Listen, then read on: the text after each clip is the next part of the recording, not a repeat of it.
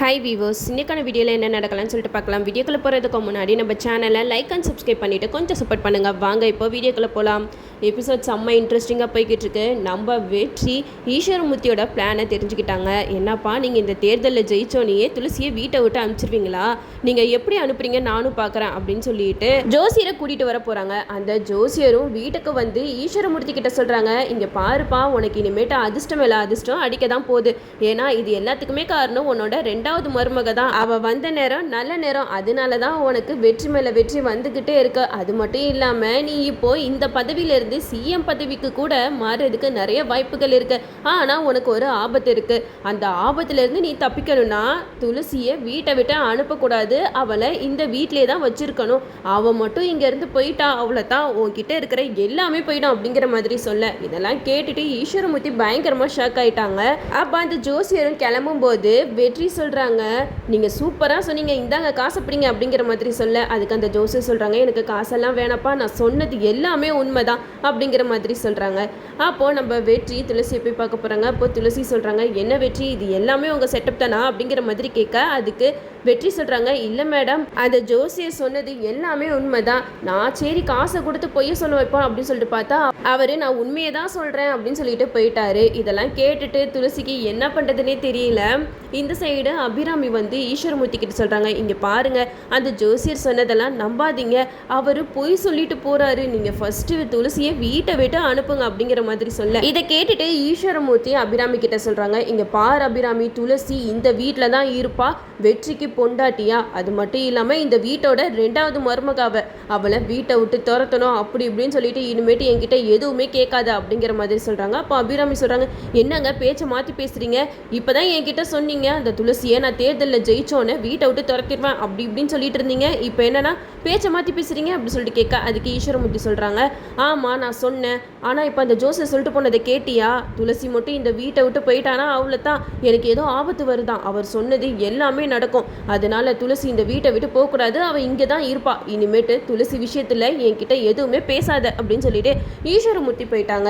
இதை கேட்டுட்டு அபிராமிக்கு என்ன பண்ணுறதுனே தெரியல. மீனாட்சி வராங்க, என்ன அத்தை இந்த மாதிரி ஆயிடுச்சு, நம்ம எப்படியாவது துளசியை வீட்டை விட்டு துரத்தலாம் அப்படின்னு சொல்லிட்டு பார்த்தா எல்லாமே அவளுக்கு சாதகமாக அமையுது அப்படின்னு சொல்லிட்டு அபிராமி கிட்ட மீனாட்சி சொல்கிறாங்க. அது மட்டும் இல்லாமல் இந்த சைடு நம்ம துளசி அஞ்சலியை பார்க்கறதுக்காக மகேஷ் வீட்டுக்கு வராங்க. மகேஷ் துளசியை பார்த்ததுமே பயங்கரமாக ஷாக் ஆகுறாங்க, என்ன இவங்க வேற வராங்க அப்படின்னு சொல்லிட்டு மதியம் வந்து அஞ்சலி மாதிரி நடிக்க சொல்கிறாங்க.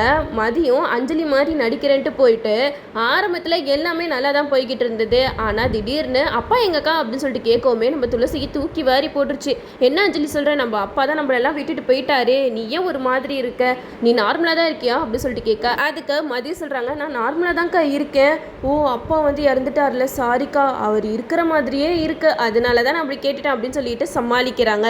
அப்போது மகேஷ்க்கு கண்ணு முனியெல்லாம் புதுங்கிருச்சு, என்ன பண்ணுறதுனே தெரியல, என்ன இவ பொசுக்குன்னு அப்பா எங்கேன்னு கேட்டுட்டாச்சா, நான் எல்லாரை பற்றி சொன்னேன், ஆனால் மாமாவை பற்றி எதுவுமே சொல்லாமல் விட்டுட்டேனே அப்படின்னு சொல்லிட்டு மகேஷ் வந்து யோசிச்சுட்டு இருக்காங்க.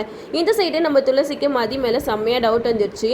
மதி கிட்ட கேட்குறாங்க, நீ பண்ணுறதெல்லாம் பார்க்கும்போது அஞ்சலி மாதிரியே தெரியலையே, ஏன் அஞ்சலி இப்படியெல்லாம் பண்ண மாட்டாளே அப்படின்னு சொல்லிட்டு சொல்கிறாங்க. அதுக்கு மதி வந்து ஓன் ஒப்பாரி வைக்க ஆரம்பிச்சிடுறாங்க, என்னக்கா என்னவே நீ சந்தேகப்படுறியா, நான் அப்பா இறந்த துக்கத்துல இருந்து இன்னும் வெளியில் வராமல் இருக்கேன், அதனால தான் அப்பா இருக்கிற மாதிரியே இருக்கு, அதனால தான் நான் உன்கிட்ட அப்பா எங்கன்னு சொல்லிட்டு கேட்டேன், இதுக்கு போயிட்டு நீ என்னை சந்தேகப்படுறிய அப்படின்னு சொல்லிட்டு அழுகிற மாதிரி ஆக்டிங் பண்ணுறாங்க. இதெல்லாம் பார்த்துட்டு துளசி சொல்கிறாங்க, இல்லை இல்லை அஞ்சலி, சாரி நான் தெரியாமல் சொல்லிட்டேன் அப்படின்னு சொல்லிட்டு எல்லாருமே வீட்டுக்கு கிளம்பி போயிடுறாங்க.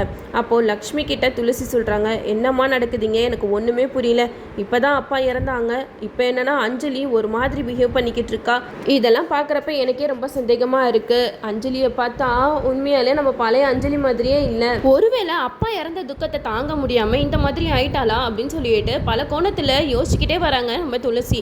இதை பார்த்துட்டு லக்ஷ்மி சொல்கிறாங்க, என்ன துளசி ரொம்ப யோசனையாக இருக்கா, அஞ்சலியை பார்க்கும்போது நம்ம அஞ்சலி மாதிரியே தெரியல, எனக்கும் அதே சந்தேகம் தான் இருந்தது, அதனால தான் நான் உன்கிட்ட சொன்னேன், நீயாவது வந்து உன் தங்கச்சியோட நடவடிக்கையெல்லாம் பார்த்துட்டு என்ன சொல்கிறேன்னு பார்ப்போம் அப்படின்னு நினச்சேன், ஆனால் நீயும் அதே தான் சொல்கிற, இப்போ என்ன பண்ணுறதுன்னு தெரியலையே அப்படின்னு யோசிச்சுட்டு இருக்கும்போது துளசி சொல்கிறாங்க, அம்மா நீங்கள் எதுக்கும் கவலைப்படாதீங்க, அஞ்சலிக்கு என்ன கஷ்டமோ அவன் மனசுக்குள்ளே எல்லாத்தையும் போட்டு புதைச்சிக்கிட்டு வெளியில் இந்த மாதிரி பண்ணிக்கிட்டு இருக்கா, சரி அப்பா இறந்த துக்கத்தில் இவன் இந்த மாதிரி இருக்கா, போக போக சரியாயிடுவா அப்படின்னு சொல்லிட்டு சமாதானப்படுத்தி வீட்டுக்கு கூட்டிகிட்டு போகிறாங்க.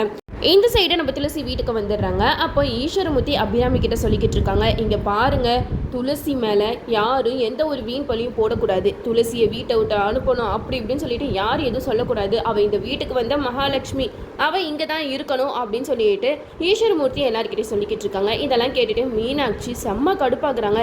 என்னமோமா பேசிக்கிட்டு இருக்கீங்க, ஏதோ ஜோசியக்காரன் சொல்லிட்டான்னு சொல்லிட்டு அவளை இப்படி தான் தலையில் தூக்கி வச்சுட்டு ஆடிட்டு இருக்கீங்க, அவளை பற்றி தான் உங்களுக்கு தெரியும்ல அப்படின்னு சொல்கிறாங்க. அதுக்கு ஈஸ்வரமூர்த்தி சொல்கிறாங்க, இங்கே பாருமா, உன் வேலை என்னமோ அதை பார்த்துட்டு இரு, அவள் இங்கே தான் இருக்கணும், அவள் இந்த வீட்டை விட்டு எங்கேயும் போகக்கூடாது அப்படிங்கிற மாதிரி சொல்கிறாங்க. இதெல்லாம் கேட்டுட்டு வெற்றி சொல்கிறாங்க, கேட்டிங்களம்மா, எல்லாத்தையும் நல்லா காது கொடுத்து கேட்டுக்கோங்க, அப்பா என்ன சொன்னார், துளசி இங்கே தான் இருக்கணும், இந்த வீட்டை விட்டு எங்கேயுமே போகக்கூடாது அப்படின்னு சொல்லிட்டார்ல, இனிமேட்டு யாராவது துளசியை வீட்டை விட்டு அனுப்பணும்னு நினச்சிங்க அப்புறம் நான் என்ன பண்ணுவேன்னு எனக்கே தெரியாது அப்படிங்கிற மாதிரி சொல்கிறாங்க. இந்த சைடு மீனாட்சி அபிராமி கிட்ட சொல்கிறாங்க, அத்தை உங்களுக்கு ஒன்றும் புரியலையா, உங்கள் பையன் தான் அந்த ஜோசியரை இப்படி பேச வச்சிருப்பான், எனக்கு நல்லாவே தெரியுது அப்படி இப்படின்னு சொல்லிட்டு மீனாட்சி அபிராமி கிட்ட சொல்கிறாங்க. அபிராமி இதெல்லாம் கேட்டுட்டு எனக்கு தலையே வெடிச்சிரும் போல அப்படின்னு சொல்லிட்டு கிளம்பி போயிடுறாங்க. மீனாட்சி மனசில் நினைக்கிறாங்க, வெற்றி எவ்வளோ ஆட முடியுமோ ஆடு, என்னோட நேரம் வரும்போது அப்போ தெரியும், துளசி இந்த வீட்டை விட்ட கண்டிப்பாக போயிடுவா, அப்படி இல்லைனா என் பேர் மீனாட்சி இல்லை அப்படிங்கிற மாதிரி மனசில் நினச்சிட்டு போயிடுறாங்க.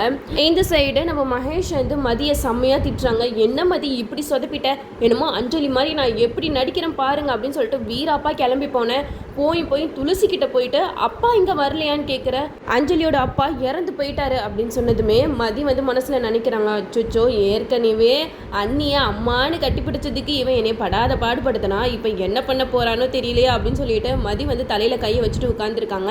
அப்போ மகேஷ் வந்து சொல்கிறாங்க, கண்டிப்பாக துளசிக்கு டவுட் வந்திருக்கும், அவள் வந்து நீ பேசுகிற பேச்சிலேயே நீ அஞ்சலி இல்லை அப்படிங்கிறத கண்டுபிடிச்சிருப்பா, இதுக்கப்புறம் அவங்களாம் என்ன பண்ண போகிறாங்கன்னு தெரியலையே அப்படின்னு சொல்லிட்டு அங்கேயும் இங்கேயும் லாவிக்கிட்டே இருக்காங்க. அப்போ மதி சொல்கிறாங்க, இப்போ என்ன நடந்து போச்சுன்னு இப்படி பண்ணிக்கிட்டு இருக்க, அதான் அவங்க தான் வீட்டுக்கு போயிட்டாங்கல்ல, இனிமேட்டு என்னோட பெர்ஃபார்மன்ஸை பாரு அப்படி இப்படின்னு சொல்லிக்கிட்டு இருக்காங்க. அப்போ மகேஷ்க்கு செம்ம கோபம் வருது, இனிமேட்டு நான் சொல்கிற மாதிரி மட்டும் நடிச்சா போதும், நீ ஓவராக ஆக்டிங் பண்ணாத அப்படிங்கிற மாதிரி மதிக்கிட்ட சொல்கிறாங்க. இதெல்லாம் கேட்டுட்டு மதி மகேஷ் கிட்ட சொல்கிறாங்க, இங்கே பாரு, நீ ரொம்ப ஓவராக என்னைய திட்டுற, இப்படியே போய்கிட்டு இருந்தேன்னா அவ்வளோதான், நான் இந்த வீட்டிலே இருக்க மாட்டேன், சொல்லாமல் கொள்ளாமல் ஓடி போயிடுவேன் அப்படிங்கிற மாதிரி சொல்கிறாங்க. இதை கேட்டுட்டு மகேஷ் சொல்கிறாங்க, அப்படி மட்டும் பண்ணிடாத, அப்படி மட்டும் நீ எங்கேயாவது போயிட்ட அவ்வளோதான், எல்லாரும் அஞ்சலி எங்கன்னு மறுபடியும் என்னை போட்டு படுத்த ஆரம்பிச்சிருவாங்க அப்படின்னு சொல்லிட்டு மகேஷ் வந்து மதிக்கிட்ட சொல்கிறாங்க. எது எப்படியோ இப்போ மதியை வச்சு தான் ஓட்டிக்கிட்டு இருக்காங்க, நம்ம அஞ்சலி உயிரோடு இருக்காங்களா இல்லை உண்மையாகவே இறந்துட்டாங்களா அப்படிங்கிறத கொஞ்சம் கூட காட்டவே மாட்டுறாங்க. அஞ்சலி செத்துருக்கக்கூடாது, எங்கே இருந்தாவது அவங்க உயிரோடு வந்துடணும். அதுக்கப்புறம் இங்கே நம்ம துளசி வெற்றி இவங்க 2 பேரோட சீன்ஸ் தான் இப்போலாம் ரொம்ப சூப்பராக போய்கிட்டு இருக்கு. இன்னும் அதிகமாக துளசி வெற்றி சீன்ஸ் எல்லாம் வந்தால் நல்லா இருக்கும். அது மட்டும் இல்லாமல் நம்ம துளசி சீக்கிரமாக வெற்றி கிட்ட லவ்வை சொல்லணும். இவ்வளோ நாளாக மகேஷ் அஞ்சலி இவங்க 2 பேரோட லவ் ஸ்டோரியை தான் பார்த்துட்டு இருந்தோம். இதுக்கப்புறம் நம்ம துளசி வெற்றி இவங்களோட லவ் ஸ்டோரியை நம்மளும் வெயிட் பண்ணி பார்ப்போம். ஓகே வீவர்ஸ், இந்த வீடியோ உங்களுக்கு பிடிச்சிருந்தா லைக் பண்ணுங்க, மறக்காம நம்ம சேனலை சப்ஸ்கிரைப் பண்ணிடுங்க.